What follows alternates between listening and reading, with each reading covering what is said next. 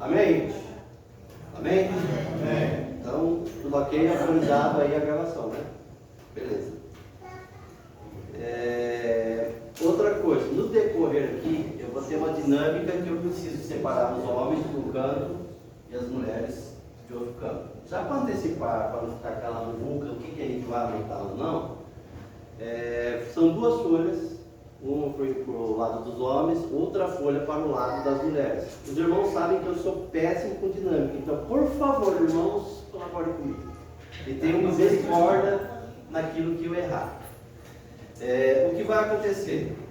Os homens e as mulheres vão escrever na folha 10 itens, no caso, os homens, pensando como a esposa poderia tornar o seu dia melhor te ajudando.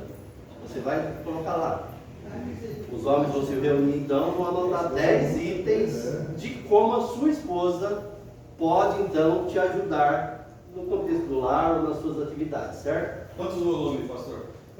Isso é só a introdução, o índice. Então 10 coisas apenas, nada mais e se possível nada menos, 10 coisas. As mulheres no seu grupo vão fazer a mesma coisa, vão anotar 10 itens em como o homem, o esposo, pode colaborar te ajudando então no contexto de sua casa. Entendido até aí? Então estou falando isso já para vocês irem pensando nesse decorrer de como isso pode se tornar possível. Aí depois eu vou explicar direito a dinâmica, certo? Mas eu posso contar com a colaboração de todo mundo, falar amém aí? Amém. Glória a Deus. Vamos orar? Pai querido, obrigado por essa noite. Obrigado por esse tempo que eu sei que foi o Senhor quem preparou. Obrigado porque o Senhor está no controle de tudo e de todas as coisas. Eu peço ao Senhor, nesse momento, pela vida da Lu, que está em Piracicaba, cuidando do seu pai, que a tua mão protetora esteja sobre ela e através dela e também da vida do seu Luiz. Também peço pelo nosso encontro aqui, que seja o Senhor ministrando áreas da nossa vida, da nossa caminhada conjugal, para que possamos estar alinhados com aquilo que o Senhor tem para nós, através de nós e para nós, Senhor. Então trabalha sobre cada coração, sobre cada dificuldade, sobre cada circunstância, e que seja um tempo de alegria, um tempo de renovo, onde o nome do Senhor, Pai, seja glorificado, e que eu possa apenas ser um canal na vida deles, cuja fonte de água viva que é Jesus, e aqui está, possa fluir e ministrar a esses corações, Pai. Em nome de Cristo Jesus, amém, amém. Alguns momentos, irmãos, se vocês quiserem interromper e tal, colaborar com alguma coisa, fiquem à vontade, tá? Só não pode toda hora aí também, senão eu me perco. Mas pode compartilhar alguma coisa, dar um testemunho, se possível contar algo engraçado da sua vida, porque vocês riem de mim, mas também gostaria de rir de vocês, né? Se possível, colaborem com isso. Mas vamos lá então. O tema dessa reflexão hoje é alianças de oração.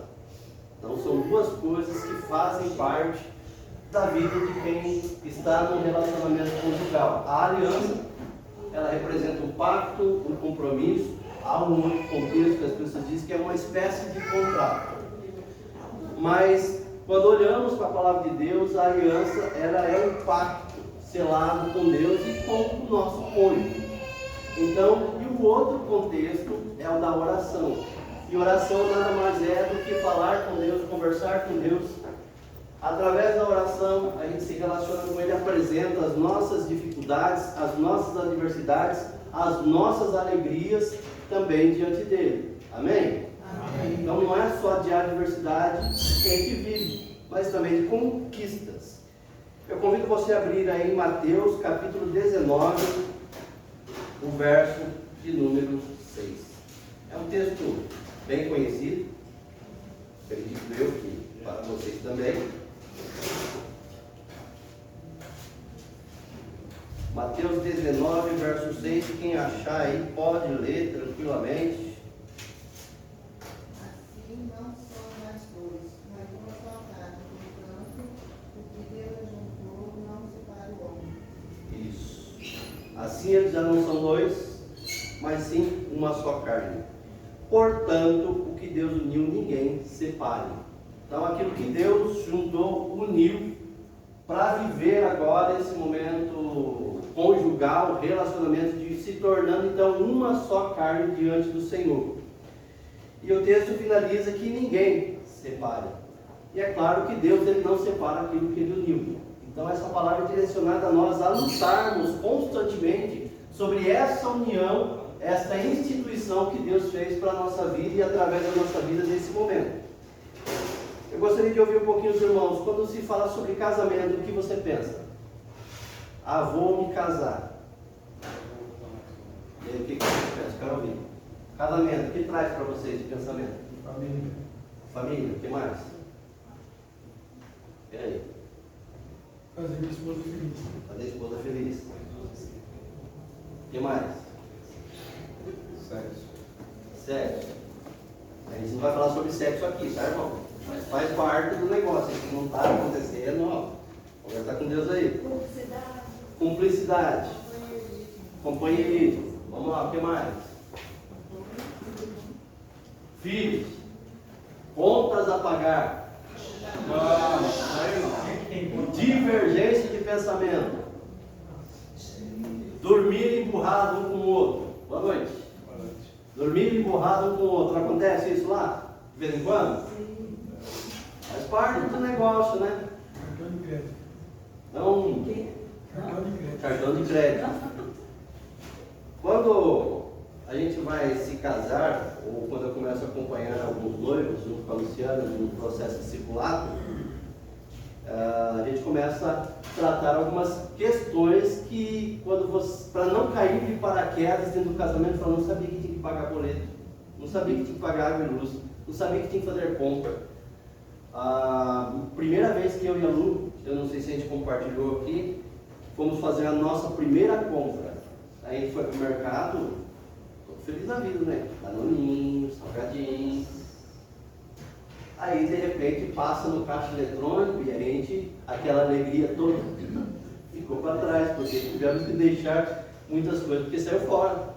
A gente está acostumado, e eu assim, sempre ajudei financeiramente na minha casa até o último momento que eu saí da minha casa. A condição financeira dos meus pais era diferente dos pais da Lu, onde ela poderia ter essas coisas. Mas mesmo assim entramos agora numa nova realidade. Então, um monte de coisa. Mas aí vem quando a gente pensa sobre casamento. Festa, como vou organizar, quem eu vou convidar, quem vai fazer parte, quem vai celebrar o casamento, quais são os parentes de longe ou de perto que eu vou convidar, porque algumas vezes você não tem relacionamento com todo mundo, né? Mas aqueles mais próximos, você procura convidar, e aí você se esquecer de alguém. Mesmo que ele não venha, pelo menos o convite ele vai querer receber. Alegria, porque o casamento em si ele traz a celebração, um momento de alegria. A noiva entra, todo mundo se levanta, todo mundo já foi em casamento, né? A noiva se levanta, que até hoje eu não entendo porquê. Quando a noiva entra, todo mundo fica de pé. Quando o noivo chega lá, ninguém está nem aí. Pelo menos no meu, ninguém se levantou. Agora a Luciana entrou com o pai dela lá, e ele bravo comigo, entrou, todo mundo se colocou de pé. No casamento do Rodker, todo mundo ficou de pé. Quando a Dani entrou, eu não entendo. Ninguém me passou esse manual, porque no momento da noiva todo mundo fica de pé. Presentes, que é o noivo casa, ele quer o quê? Pelo menos espera isso, né? Família, a família reunida. No meu caso, no meu casamento, eu não sei no de vocês, os penetras. Tem? Teve de vocês? Teve gente que eu vi lá que eu falei assim, quem é? O outro que eu vi assim, mas quem convidou? Eu nunca dei um bom dia, boa tarde, boa noite para o indivíduo. E alguns deles, até na minha adolescência, queriam bater em mim. Estava lá fazendo Briga com o amigo do noivo, né? Enfim, aparece, então não é só no meu. Mas agora eu quero convidar você a abrir lá em João capítulo 2, do verso 1 ao verso 12. Eu vou fazer uma breve leitura, em seguida a gente vai para a dinâmica. E aí sim a gente vai entrar na reflexão em si. João capítulo 2, do verso 1 ao verso 12. Esse texto ele traz uma narrativa do primeiro milagre de Jesus. João capítulo 2, certo? Primeiro milagre. Isso? As bodas de Caná. A partir do verso 1, irmão, o texto ele diz o seguinte: 3 dias depois, houve uma festa de casamento do povoado de Caná da Galileia. A mãe de Jesus estava ali, e Jesus e seus discípulos também foram convidados para a celebração. Durante a festa, o vinho acabou. E a mãe de Jesus lhe disse: eles não têm mais vinho. Mulher, isso não me diz respeito, respondeu Jesus. Minha hora ainda não chegou. Sua mãe, porém, disse aos empregados: façam tudo o que ele mandar. Havia ali perto 6 potes de pedra usados na purificação cerimonial judaica. Cada um tinha capacidade de 80 a 120 litros, talvez a sua seja côvados. Jesus disse aos empregados: encham os potes com água, e quando os potes estavam cheios, disse agora: tirem um pouco e levem ao mestre da cerimônia. Os empregados seguiram suas instruções. O mestre de cerimônias provou a água transformada em vinho, e sem conhecer a sua procedência, embora os empregados obviamente soubessem, então chamou o noivo. O anfitrião sempre serve o melhor vinho primeiro, disse ele. Depois, quando todos já beberam bastante, serve o vinho de menor qualidade. Mas você guardou o melhor vinho até agora. Esse sinal em Caná da Galileia foi o primeiro milagre que Jesus fez. Com isso, ele manifestou a sua glória e os seus discípulos creram nele. Depois do casamento, foi a Cafarnaum, onde passou alguns dias com sua mãe, seus irmãos e seus discípulos. Então, o primeiro milagre de Jesus, é por isso que eu perguntei, quando a gente fala sobre casamento, celebração de casamento, o que a gente pensa? Diante da família reunida, diante dos penetras, diante dessa grande festa, que era exatamente o que acontece nesse contexto. Não vou entrar nos detalhes do porquê Jesus interviu, que não é chegada a minha hora, mas acontece que Jesus estava ali. O que acontece é que Jesus ele ministra ali o seu primeiro milagre. E daí eu quero compartilhar pelo menos algumas coisas aqui. Em seguida a gente vai para a dinâmica e depois eu quero pontuar sobre 4 questões sobre como a gente pode melhorar ou transformar o nosso casamento. Se você está me entendendo até aqui, diz amém. Amém. Então, ó, o casamento lá em Caná da Galileia, que é o texto que nós lemos aqui, é famoso por ser onde aconteceu o primeiro milagre de Jesus. Tudo ia bem.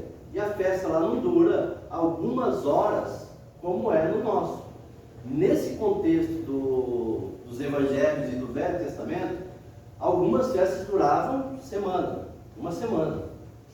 Então o noivo e a noiva, ele tinha que se preocupar em ter recursos suficientes, ele tinha que ter um bom planejamento para organizar tudo isso, não deixar que nada se faltasse. E quando nós olhamos para o contexto da Bíblia, o vinho, para eles, representava a alegria. Então, Jesus está presente nessa festa e o vinho acabou. Então, nesse contexto, algumas pessoas ali, na realidade deles, poderiam pensar: eles não estão preparados para se casar. E eu pergunto para você: na verdade a gente casa preparado? Ninguém se casa preparado. É um dia após o outro que a gente vai aprendendo, e eu até hoje são 23 anos, 23 anos que eu estou aprendendo. Quem que é o mais velho aqui mesmo que eu perguntei de casamento outra vez? Eram vocês, né? Vocês dois, né? Mar, quanto tempo? Quanto tempo? 33? Certeza disso? 33. Está aprendendo ainda?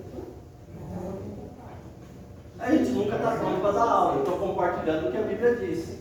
Mas ainda há muitas questões dentro do meu casamento com a Luciana que a gente continua se adaptando, se ajustando e aprendendo.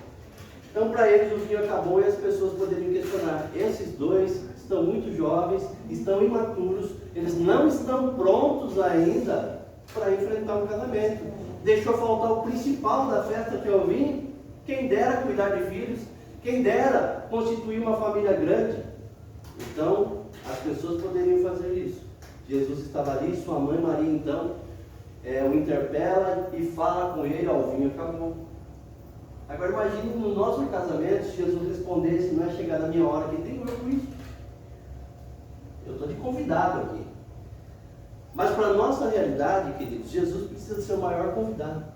O principal da festa, porque quando Ele está nessa festa, o milagre acontece.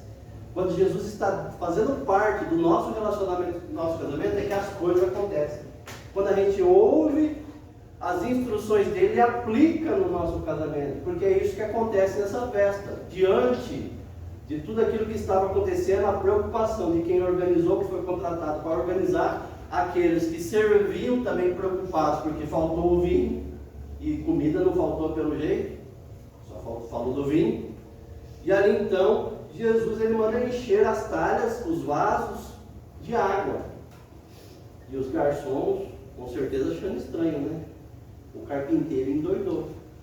Esse homem não está muito bem. Acho que ele bebeu vinho demais e agora está querendo. Mas já ainda bem que Jesus estava na festa. Mas o texto não fala que eles questionaram. Isso sou eu, tá? E se eu não tivesse visto ainda nenhum milagre de Jesus, eu ia falar: esse homem, o carpinteiro, passou da cota.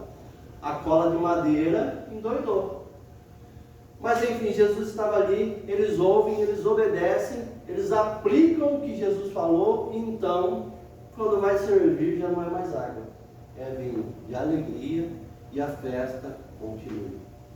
Diante disso, irmãos, eu quero dizer para vocês: não permite que a celebração, que a festa, que os milagres, que o poder de Jesus tem para realizar no casamento de vocês, se acabe. Para isso é necessário que esse convidado esteja presente diariamente, nas suas decisões, naquilo que estiver faltando, naquilo que estiver multiplicando.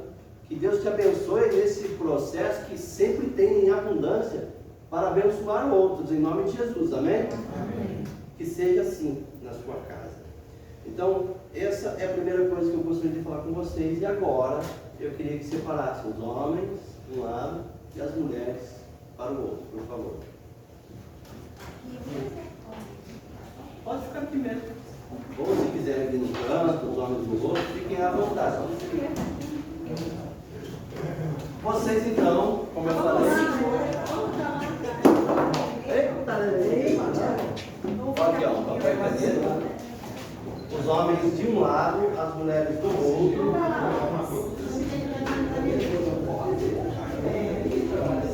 Ó, vocês não podem ficar perto para não ouvir. Estão muito perto um do outro. É melhor você ir lá para fora. Pode ir. Mas só ouçam, ó, vocês vão anotar 10 coisas que vocês gostariam que as mulheres ajudassem vocês no lar de vocês ou no contexto que vocês estão vivendo, para facilitar a vida de vocês. As mulheres, da mesma forma, vão anotar 10 coisas que os homens podem fazer. É 10 coisas. Quantas tem? 1, 2, 3, 4, 5, 6, 7, 8. Ó, já dá 8. Aí só coloca mais 2. Zero, zero, zero, zero, zero.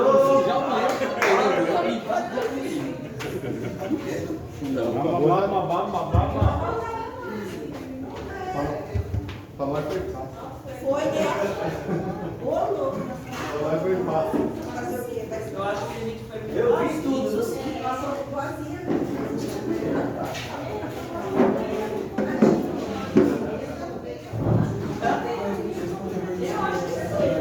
Vai voltar no lugar? Aquele bagulho no lugar, né? Volta. Agora, ó, o marido com a mulher, um perto do lado do outro. É melhor você ter pensado no que você escreveu. Ô, gente, nós somos quase fome, né? Olha aqui, olha isso tá bonito, olha aqui, ó. Olha aí, ó. Nada individual.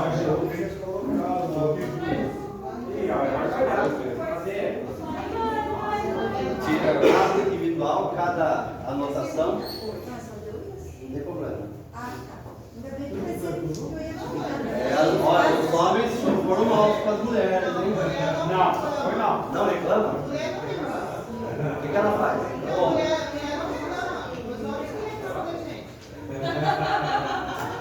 Essa dá o tio.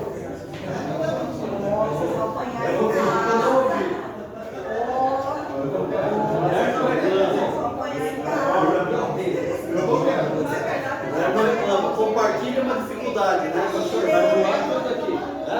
Pastor, comenta. Vai voar porque eu tenho peso aí. Não, você vai dar para mim. Vai difícil de entender. Não, a mulher tenta conversar. Tenta conversar. Algumas conversam com a vassoura na mão, chinelo, pau de macarrão. Às vezes a gente começa com a feira, E como que termina? Começa com a cara feia e termina como? Não, é inchada do marido. A cara do marido fica inchada.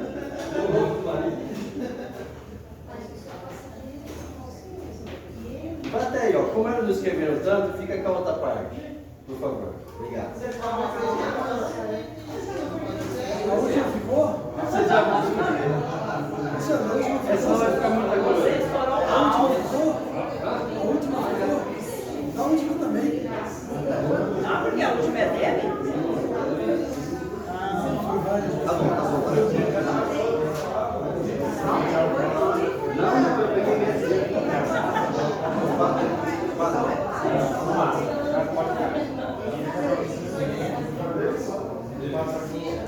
Então vamos lá, ó. Os homens anotaram as 10 ou mais? 10, 10. Os homens anotaram 10 coisas que as mulheres para usar.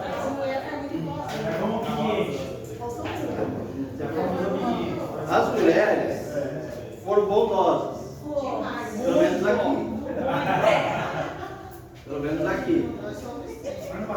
Agora eu preciso de 2 voluntários de cada lado. 2 dos homens, 2 das mulheres. Quem vai se voluntariar aí? Vai forçar. O Arthur sempre aí. Se ele não vai por conta, a gente força. Fica aqui, ó. Mais um homem voluntário. Antes que seja de livre espontânea pressão. Vai, Thiago. Vai, Thiago. Vai, Thiago. Você falou bem, Só eu agora, que eu sou corajoso. Tá, fica os 2 aí. 2 mulheres. Olha o silêncio das mulheres agora. Nunca vi mulher quieta. Isso, pronto. Obrigado aí, maluco. E Arthur, agora tá nosso. Aí, Isso que não podia acontecer. mais uma mulher. Qualquer um. Então, indica uma aí, maluco, para não falar que o pastor que é ruim. Lá, vem. Tá lá. Vai, amiga aí. Eu tenho que estar aqui escutando com ela, né? Agora, aí... Então tá bom. Seguinte, daqui, ó, que é o das mulheres. Mulheres, eu não coloquei? Escolhe 2. Não abre ainda. Já veio 2? Não, é um só, né? Não abre ainda. Escolhe 2. Não seja curioso, irmão. Não abre ainda. 2. Agora é o seguinte. Vocês vão ter que fazer uma mímica aqui na frente. Brincadeira. No caso vocês estão com o que as mulheres escreveram. Então vocês vão ter que fazer aqui. E aí tá todo mundo aqui. Ó, pessoal, seguinte, ó. O Arthur e o Sandro, a Malu e a Marta, cada um, no seu tempo, vai fazer a mímica do que as mulheres colocaram que podem ajudar. E os homens, no caso, vão ter que adivinhar que tipo de ajuda que é essa. Certo? Da mesma forma, quando a Malu e a Marta foram fazer, as mulheres vão ter que adivinhar o que é que os homens escreveram que elas vão ter que ajudar. Entendido? Bem? Ele fica ali, ó. Para o ímpar para ver qual que vai primeiro. Vamos lá. Ela vai primeiro ou vocês? Vamos lá. Ó. Os homens, Você não quer adivinhar a minha? as mulheres vão ter. Não, pode sentar um pouquinho vocês dois. Pode sentar. Pode compartilhar. Hã? Pode sentar. Não, você não. Não, mas espera aí, mostra o que é para ela que vocês dois vão interpretar, mas quem vai ver a interpretação primeiro, senta. Da mesma forma aqui. Se você já quiser mostrar, tá com você? Mostra pro Sandro, combina como é que vai fazer, porque vocês vão ter que estar aqui, vão ter que fazer a mímica do que é essa ajuda, e aí as mulheres vão adivinhar das mulheres, e os homens vão adivinhar o que é dos homens. Vai ser difícil. Essa vai ser.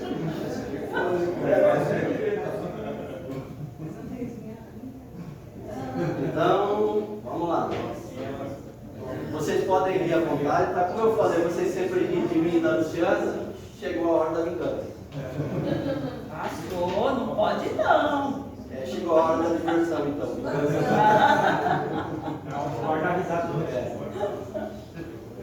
Então, ó, vocês dois podem sentar primeiro. Que primeiro vai ser as mulheres Aqui que elas estão fazendo, e as mulheres vão ter que adivinhar que tipo de ajuda é essa. Elas estão assim, ó. combinando, né? A estratégia, né? Mulher nunca cochicha. Não é difícil.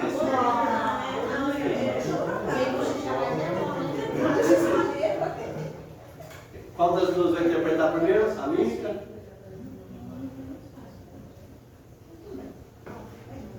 Quem vai primeiro das duas?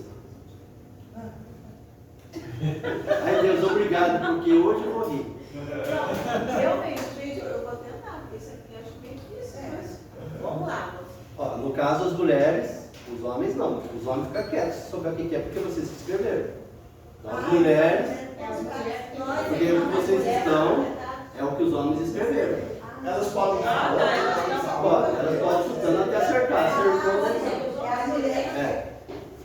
Entendeu? E aí eles estão com o que vocês escreveram. Entendido? Então vamos ir à vontade agora. A Marta vai fazer primeiro. As mulheres vão adivinhar primeiro. Os homens quieto agora, tá? Vocês escreveram. Vocês vão rir, porque não tem tempo para essa amiga. A cara do Josué? Deixa eu só lá na vazio lá, papai gosta de vida? Eu até sei de mamar. Ó, concentração, gente. Fala menos. Ouvir mais. Reclamar mais. Reclamar mais. Cochichar, não. Não, você não pode falar Você não. não pode falar menos. Reclamar menos. não reclamar. Não reclamar. Homem não reclama. Ué? Homem não reclama, irmã. Ah, não. Não. É Ela papel. fala mal do homem. Ai, meu Parar de ficar escutando, vai escutar. Para de falar! Falar mais! Ah, falar mais! Falar mais! Um minuto. Falar mais! Falar menos. Poder. Falar mais pra quê? Sem se voltar. Ai, Gil. Gente, agora, ó, melhorou um pouquinho, ó. É. Falar mais, reclamar mais. Não reclamar mais.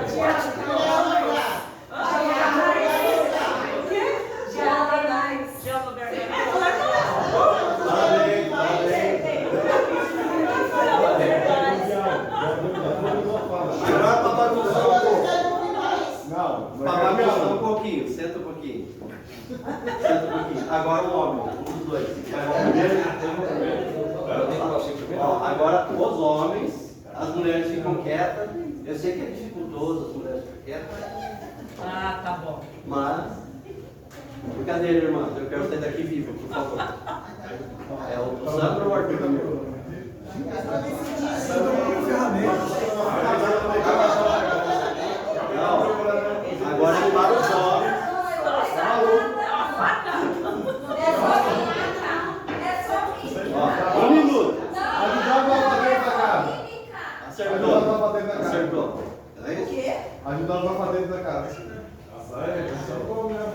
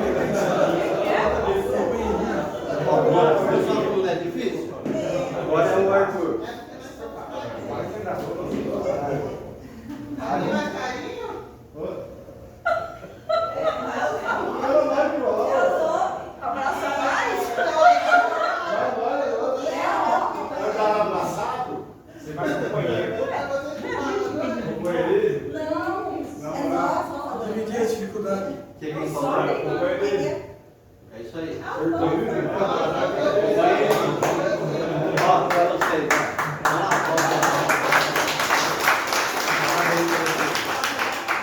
não, daqui pra mim. Isso é só pra quebrar o gelo. Obrigado. Obrigado, tá? Ó, pastor, agora a gente fala as outras coisas que vai voltando lá para não saber. Não coloca no Facebook. Não fala as outras coisas, não. Deus liberou só as coisas boas. Meu Deus. Ah, Deus apagou. Deus apagou.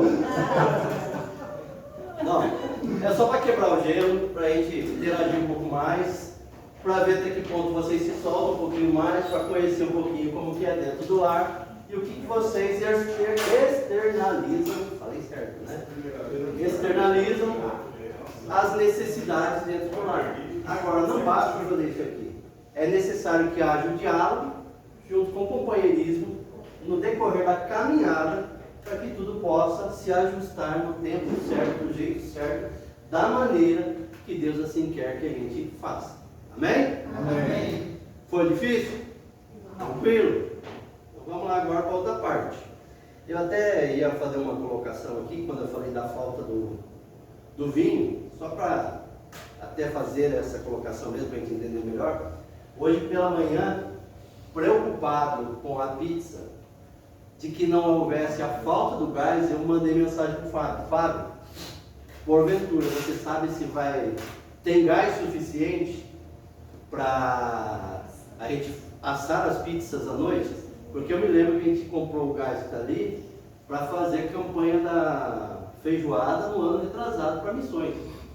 Tudo bem que o gás é desse tamanho. Tá?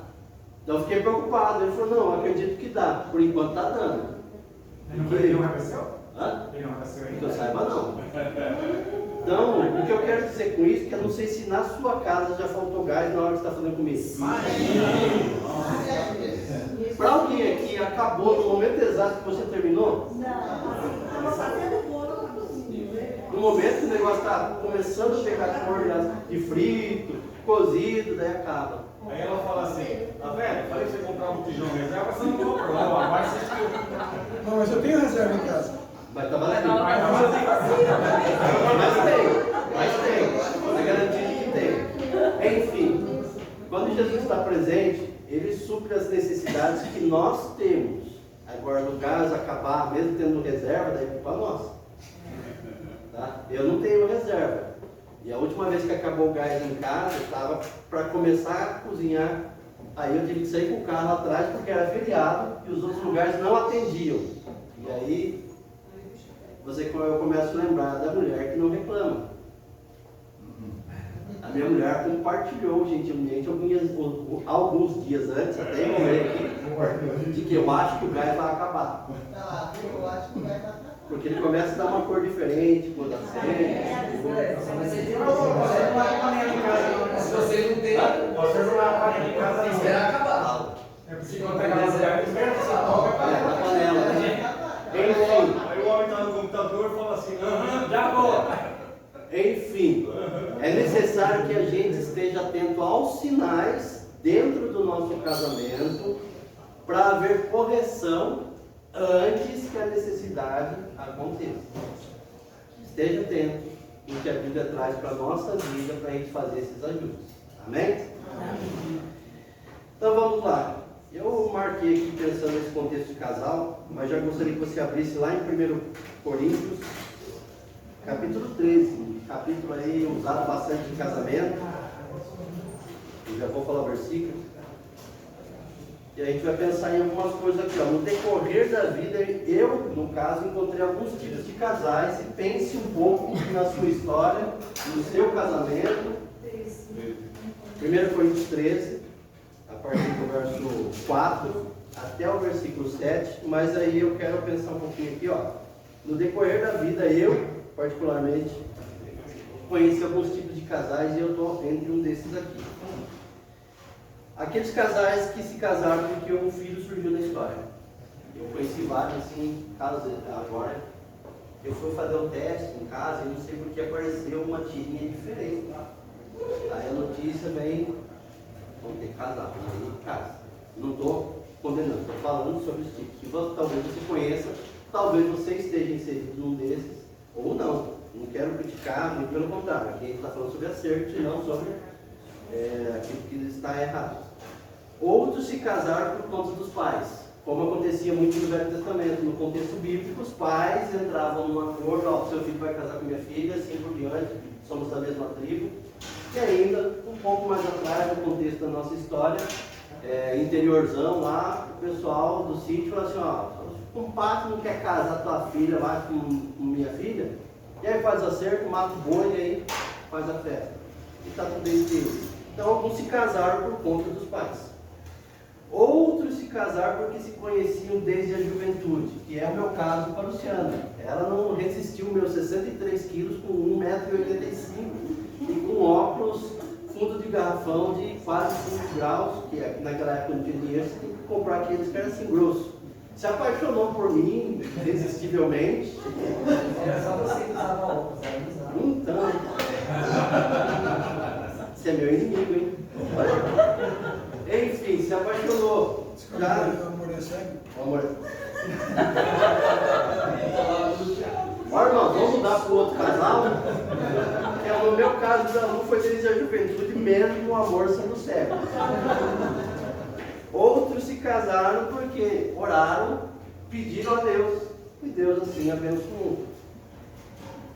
E o pior de todos, aqui esse é o pior, os outros aí são circunstanciais, são aquilo que Deus preparou, mas o pior é esse último aqui, aqueles que se casaram, mas não sabem nem o porquê. Se casaram, depois do decorrer da caminhada, tudo virou dos avessos, e brigando constantemente, e não procuravam solução, e tudo desalinhou.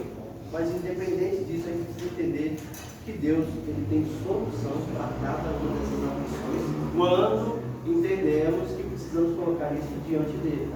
Independente de qual é o contexto em que você se casou, se foi por causa de um filho, por causa do pai, por causa de qualquer outro motivo, se seja porque o amor é cego, de onde vocês dois, casou. E diante de Deus agora está, e há solução para isso. Amém? Está difícil pregar com esse cheiro. Então nós vamos entrar nos tópicos, e aqui a gente vai partir já para o final dessa reflexão, falando sobre 4 itens que eu, Luciana, você e o seu cônjuge precisa aplicar na vida de vocês para ter um casamento saudável, mas já pode melhorar. Tá ruim, Deus pode consertar. Então, como melhorar, como transformar o casamento? E aí, 1 Coríntios, capítulo 13, do verso 4 ao verso 7, todo mundo achou? Amém. Diz o seguinte: o amor é paciente, amém? Amém. O amor é bondoso, amém? Amém. Opa, o amor é bondoso, amém? Amém. Não inveja, não se vangloria, não se orgulha, não maltrata, não procura os seus interesses, amém? Amém. Não se ira facilmente. Vocês se iram no casamento? Não, né? Não guarda rancor, guarda o rancor? O amor não se alegra com a injustiça, mas se alegra com a verdade. Tudo sofre, tudo crê, tudo espera, tudo suporta. Amém? Amém. Então, queridos, como melhorar ou transformar o casamento? E a primeira coisa que eu quero falar com vocês está dentro desse contexto, que é o amor, ele é paciente. Vocês precisam fazer um exercício diário, mensal, anual, e aí vai seguindo a vida de vocês toda, exercitando a paciência. Paciência, de acordo com o dicionário, é capacidade de não desistir, de aguentar firme. E quando nós olhamos para a Bíblia, o Novo Testamento, paciência é fruto do Espírito. Se você já aceitou Jesus como seu único e suficiente Salvador, o Espírito Santo habita em você, ele já te entregou dentro da sua vida, dentro do teu coração, paciência. E como é que você desenvolve isso? As adversidades vão moldando cada um de nós, as palavras dentro do contexto do casamento, as circunstâncias que surgem. Casamentos algumas vezes são destruídos por conta da falta de paciência. ou compreensão em relação ao seu cônjuge, em relação àquilo que esteja vivendo e como está vivendo. Não sabe ouvir, a gente falou de diálogo. Como disse o pastor Cláudio Duarte, quando o homem senta e está dentro do canal, ele está na caixinha do nada. Então a mulher não adianta falar as coisas. Às vezes a Luciana está falando comigo, como questão do gás. O gás eu acho que vai acabar. Depois eu vou. A hora que acabou, eu lembro. Não é só comigo, eu tenho certeza disso. Outros, porque não sabem conversar, eles conversam. Só que no decorrer da conversa o tom sobe, a razão some, e aí vem a guerra, vem a discussão. E aí cada um vai dormir com um canto, com o negócio sem resolver. E aí vai virando uma bola de neve. Onde deveria ser um coração brando, agora é um coração enfurecido, e o resultado é frustração e algumas vezes separação. E como nós lemos no início aqui, aquilo que Deus uniu, o homem não. Então, queridos, lembre-se que é melhor ter paz do que razão. Durma em paz, tranquilamente, independente do time que ela torce, Corinthians, outras Palmeiras, quando a gente tem que torcer para o tricolor. Fazer o quê? O contexto bíblico aqui, bondade é uma característica daquele que tem inclinação para o bem, e o outro contexto que está junto é maltratar, é tratar com brutalidade. Eu gostaria que a gente pensasse o que é tratar com brutalidade, no contexto nosso, no lar, no casamento. Brutalidade é grosseria com o nosso cônjuge, usar com desleixo para com ela ou para com ele. Às vezes que eu me visto igual um jeca, às vezes, porque eu gosto daquela roupa, daquela camisa, daquela calça e não tem nada combinando, a Luciana ela já vem, você não vai com essa roupa na igreja. Eu vou, porque eu mando aqui. Mas eu chego aqui e estou com outra roupa porque a gente tem juízo. Então algumas vezes eu vou lá e troco. Porque ela tem razão, porque eu vou olhar no espelho, realmente dá um jeito. Mas tem roupa que eu insisto em vir porque eu gosto daquela roupa, gosto daquele sapato. E a coisa que me deixa mais doida da vida é quando dá fim numa camisa, num sapato que está todo destruído, mas que eu gosto de usar ele. É só comigo os homens têm esse defeito também. Tem aquele negócio que não quer que mexa, não quer que dê. Vai estar lá e quando dá, só vai procurar eu. Aí o mundo cai. Hã? Não lembra? Tá abençoada você então. Doido da vida. Doido da vida, mas enfim. No caso aqui, é tratar com desleixo, o maltrato, a grosseria, essa falta de paciência aqui, esse desleixo é trocado pelo quê? Pelo zelo. Olha, não quero que você não vá desse jeito na igreja, não é só porque você está um jeca, embora seja. É porque não está combinando. Vou chegar lá na igreja, as irmãs vão falar assim, a esposa do pastor não passa nem a roupa dele, não compra nem a roupa para o homem, se vestir não ajuda, não colabora, fala, o homem olhar pelo menos no espelho, vê que está parecendo um falcão, né? A estratégia. Você está se sentindo bem assim? Olha, essa é nova para mim. Bota essa aí, você está se sentindo bem? Sabe o que é pior? É que eu me sinto. O pior é que eu me sinto. Quando eu tinha 76 quilos. Olha, eu pensei que você ia falar anos. Agora eu tô com 87 quilos. Então minha camisa tá meio apertada, sabe? E essa aqui, ó, eu achei que nunca ia ter muito. Aí toda vez que eu coloco uma camisinha, ela vai assim. Você não acha que tá apertada? Ela é simpática, você não acha que tá apertada? Porque você fica encolhendo. Eu não, solta a barriga. Solta a barriga. Eu acho que tá apertada. Eu acho que essa daqui não dá mais. São situações, e aí a gente vê que não é questão dos desleixos, sim, cuidado, é zelo, é aparência, porque querendo ou não, a gente tem que ser o que é em casa, fora também, é o que eu procuro ser com os irmãos também, transparente. Então, até mesmo eu estou com essa camisa branca aqui e eu estou pensando agora sobre a pizza. Provavelmente, se ela estivesse aqui, ela já falou, você vai derrubar molho. E é quase certo. É quase certo, você é certeza. Se não derrubar na roupa, é no chão. Eu estava até preocupado já com ele para mudar de vida, ela foi lá. Porque ó, antes de vir, eu pensei em duas coisas. Eu coloquei uma camisa listrada, que eu gosto, que está lá e é antiga minha, e eu gosto, e eu coloquei e eu entrei nesse problema. Porque aí a minha barriga e o botão estava estufado, eu falei assim, não vai dar certo. E ainda eu estava querendo gravar, não vai dar certo. Deixei ela e peguei essa. A hora que eu cheguei aqui no meio das pizzas, que eu vi a irmã chegando com um monte de pizza, aí eu falei assim, a barriga vai ficar maior e quase certo que eu vou derrubar na camisa branca. Mas enfim, quando a mulher fala alguma coisa, irmãos, homens, estejam atentos. E da mesma forma as mulheres também, porque cada um vê de forma diferente do outro. Assim como foi no casamento do Rosa e da Dani, quem esteve lá vai lembrar da dinâmica que a Lu fez do óculos rosa e azul. O que quer dizer com isso? É que o homem vê as coisas de uma perspectiva diferente que a mulher vê. Ela vê o mundo rosa, do jeito dela, organizado, coisa mil maravilhas, e o homem vê o negócio azul e é daquele jeito, pronto, acabou. E assim segue. Então, querido, querida, exercite a cada dia, a cada mês, a cada ano, a paciência dentro do contexto do seu casamento. Amém? Amém. Segundo exercício que nós precisamos fazer dentro do nosso casamento, o amor, ele é bondoso, ele não maltrata. Eu tinha pulado aqui, na verdade. O exercício é a bondade. Bondade é uma característica daquele que tem inclinação para o bem, como eu disse, não trata com brutalidade. E eu já vi algumas vezes, irmãos, não sei se vocês já presenciaram, e acima de tudo, se você é assim, pelo menos eu ainda não vi, tratar o cônjuge com brutalidade na frente das outras pessoas. Eu já vi isso em alguns contextos de onde nós passamos, algumas cidades que não ministramos para casais, mas pastoreamos, estivemos ali em determinada ocasião.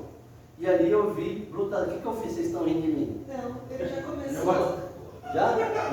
Ô, Arthur, você podia pelo menos esperar para o momento exato. Não foi a camisa, foi a calça. Faz parte. Eu falei que não ia rir, tanto rir hoje. Aleluia. Deus é bom o tempo todo. Pô, agora foi, agora terminou ainda. Ô Deus, tem misericórdia de mim. Enfim, algumas vezes eu presenciei isso. Tratar a esposa com brutalidade ou vice-versa. E quando a mulher resolve ser bruta com o marido, irmãos, é a tal da Maria Bonita lá com o Lampião. A mulher é complicada, sai de baixo. E eu fico pensando algumas vezes, se é assim na frente das pessoas, inclusive na frente do pastor ou do missionário, como é em casa. E como eu gosto de imaginar as coisas, eu já penso, tem um índio, só não tem o juiz. E o negócio pega fogo. E aí, algumas vezes a brutalidade, o maltrato, essa falta de bondade, o que ela ocasiona, pensando no contexto geral, danos físicos, o que pode ocorrer. A agressão ela deixa de ser verbal e agora passa a ser mais violenta, passa para pancada mesmo. Infelizmente tem gente que gosta. Algumas vezes lá no Paraná, uma vez a gente encontrou um casal e a gente perguntando quanto tempo vocês são casados, isso, aquilo, outro, e eu falei, acho que eu contei no encontro de casais, ela me bate, eu comecei a chorar. E como eu trabalhava com teatro na época, saiu lágrima, tudo, e o casal ficou olhando para mim. E aí depois eu olhei para ele e disse assim, ela me bate, mas eu gosto. Aí eu comecei a rir, eu não aguentei. E eu falei assim, é brincadeira, não bate não. Mas ela, é que ela não deixa marca. Mas enfim, daí até para desmentir depois, aí no decorrer da amizade com esse casal, viu que não é verdade. Não é verdade, viu, irmãos? Então... Mas eu apanhei no casamento. Fala que eu te escutou. Na frente do padre, até o padre riu. Foi com a Aliança, foi. A Aliança eu dei essa mão lá. Se sou eu que estou celebrando, eu já faço, ó, certeza, ainda dá tempo. Começa pela mão. Errei a mão, ela deu um toque na mão, o padre querendo risar. Mas a mão, acorda, homem. Ó, irmãos, está tudo registrado, hein? Outra coisa, danos emocionais. Algumas vezes esse tipo de maltrato é pior do que o físico. Porque você fala, xinga, você não é nada, e começa a desmerecer o cônjuge, seja homem, seja mulher. Os dois fazem isso. E a gente precisa entender o que Deus tem para a nossa vida, porque a Bíblia diz que a nossa boca, ela abençoa, como também amaldiçoa. E lá em Provérbios diz que a morte e a vida estão no poder da língua, e quem usa bem dela come do seu fruto. Qual é o fruto que vai saborear no decorrer da caminhada? Danos relacionais, eles não vivem mais juntos, eles sobrevivem debaixo do mesmo teto. E é um grande problema isso. E como comentamos já algumas vezes nos encontros, eu e a Lu vivemos um contexto desse por um período. Deus restaurou, Deus transformou. Hoje ela me bate menos. Mas enfim, não sobrevivemos no mesmo teto. Nós desfrutamos da celebração do casamento, daquilo que Deus tem restaurado na nossa vida. Danos financeiros, que a gente iniciou falando se for em um, é em tudo. Nas contas, naquilo que vai comprar, naquilo que vai fazer, naquilo, tudo deve ser comunicado e acertado para evitar problemas, porque vai gerar conflitos, o boleto vai chegar uma hora. E não adianta falar que é o devorador. Porque às vezes, como diz o Cláudio Duarte, o boleto do cartão de crédito vem em nome de quem? Não vem em nome do demônio, né? Vem de quem consumiu. Se não for em um, vai ter rombo no orçamento, danos conjugais, vai abrir brecha para o inimigo, causando divisão naquilo que Deus ele uniu. Terceira coisa, a gente está partindo para o final, que o texto continua dizendo deixar os seus interesses de lado. Tanto para o homem quanto a mulher, quando eles se juntam, se casam, celebram a união, querem viver aquilo que Deus tem para a vida, isso como recém-casado, e independentes, tem 33 anos de casamento, os nossos interesses algumas vezes eles querem sobressair. A gente deixa de pensar no outro, a gente deixa de respeitar a opinião do outro, o desejo do outro, o tempo do outro e tantas outras coisas. O texto diz: não procure os seus próprios interesses. Casais felizes que estão aí desfrutando da bênção de Deus não são exatamente aqueles que não existem problemas. O casamento de vocês tem problema? Se há algum casamento que não tem problema nenhum, está com um problema muito sério. Ou está mentindo, ou o diabo está fazendo festa, ou sei lá o que. Os problemas farão parte, isso não é maldição, irmãos. Pelo contrário, é um fato da nossa vida que a gente precisa entender e juntos, como casais, precisamos buscar a resposta de Deus para administrar e, acima de tudo, vencer essas adversidades e que assim seja sobre o seu casamento. Amém? Como?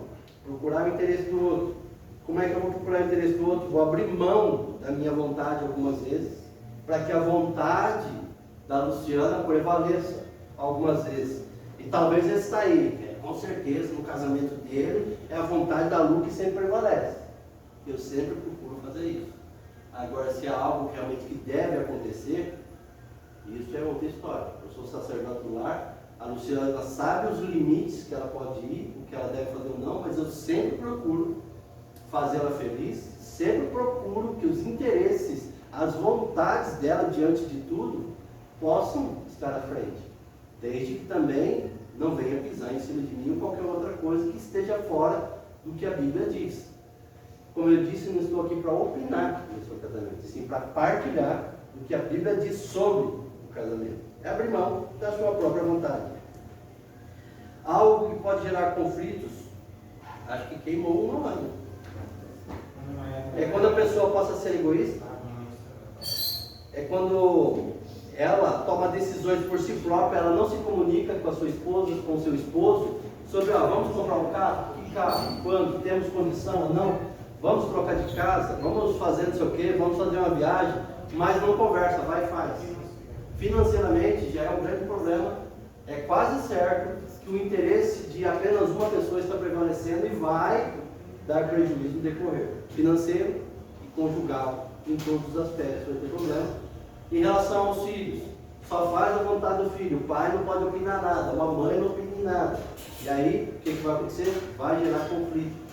Então, procurar o interesse do outro, o que é? Vamos sentar, vamos conversar, como que é melhor fazer, como vamos proceder, quando vamos fazer, é possível agora, não é? e aí começa a se acertar no tempo devido e no jeito de Deus.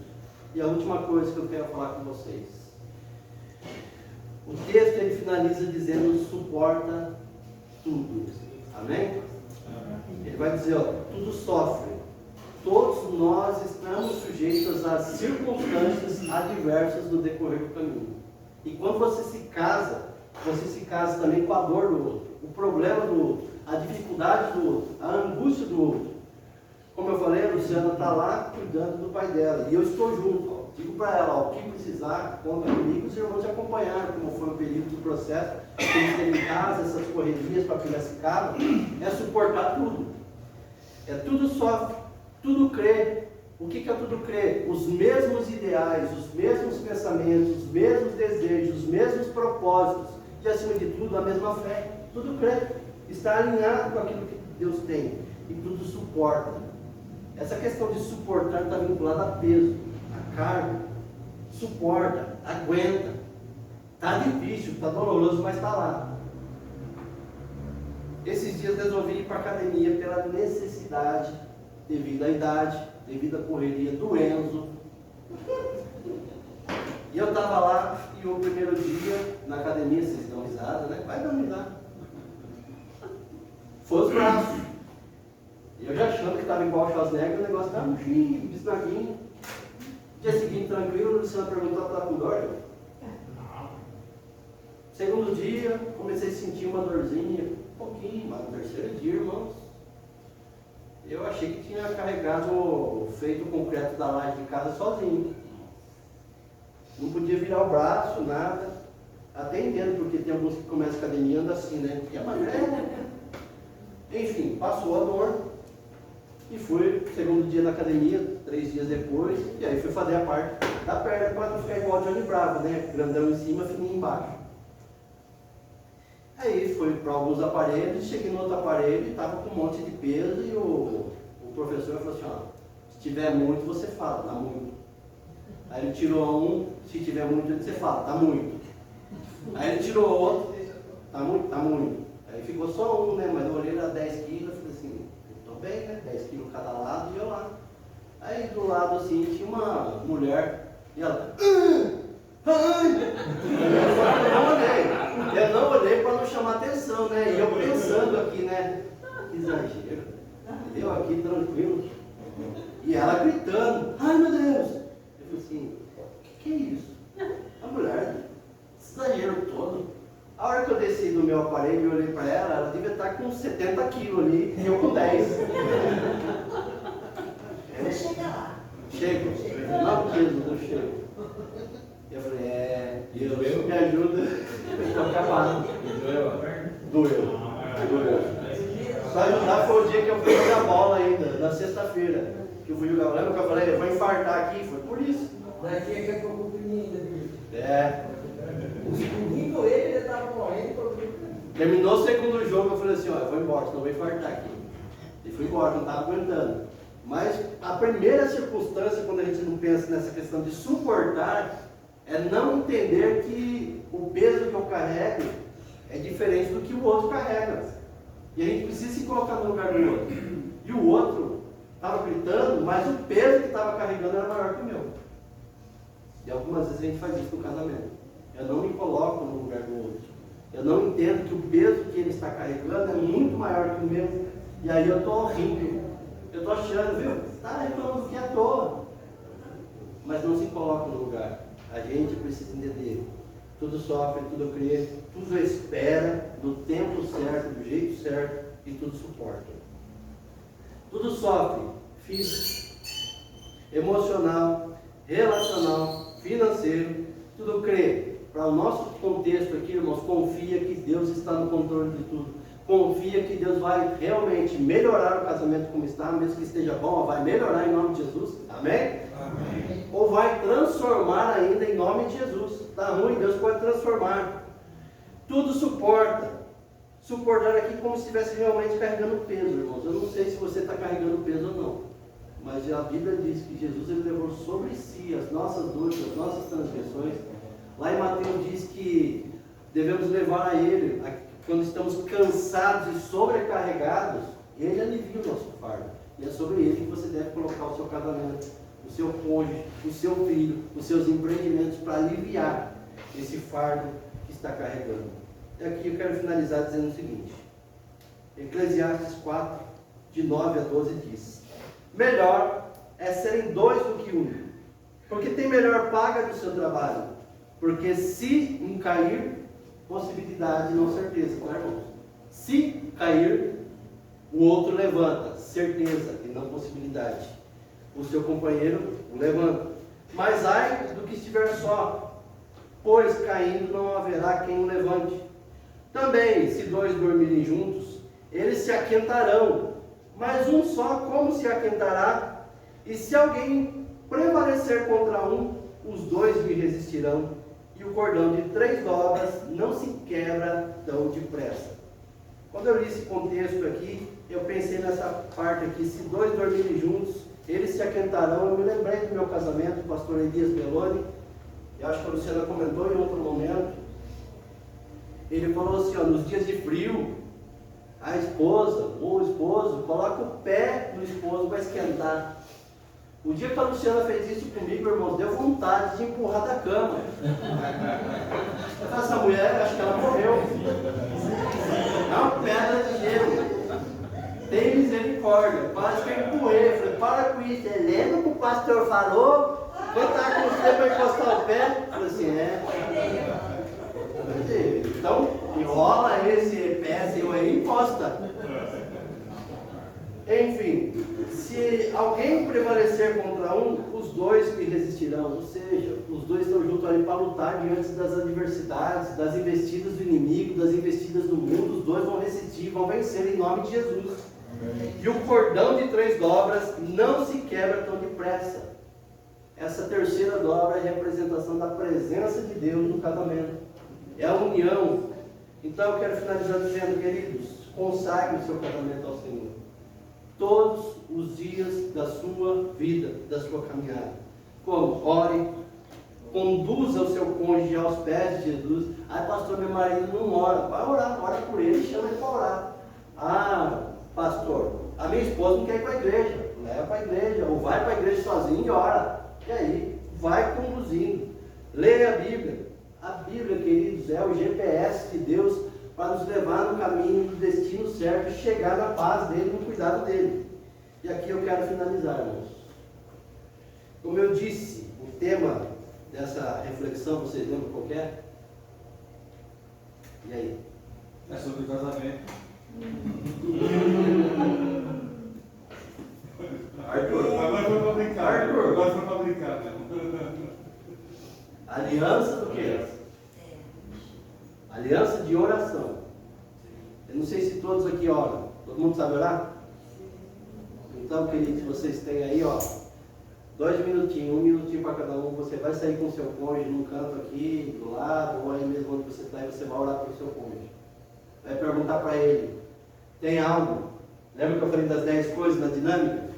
Pergunta, ó, diga alguma coisa em que eu possa orar por você hoje, agora, para te abençoar. E eu quero orar por você. E a esposa, da mesma forma. O que você quer? E ora um pelo outro. Deu para entender? O esposo vai orar pela esposa, a esposa vai orar pelo esposo. Então vocês têm aí, ó, 5 minutinhos, no máximo. Assim que eu chamar, na verdade, vocês já retornam. A gente vai fazer essa oração final. E a gente vai comer essa pizza deliciosa que está difícil aqui. Amém? Amém, gente? Vamos retornar?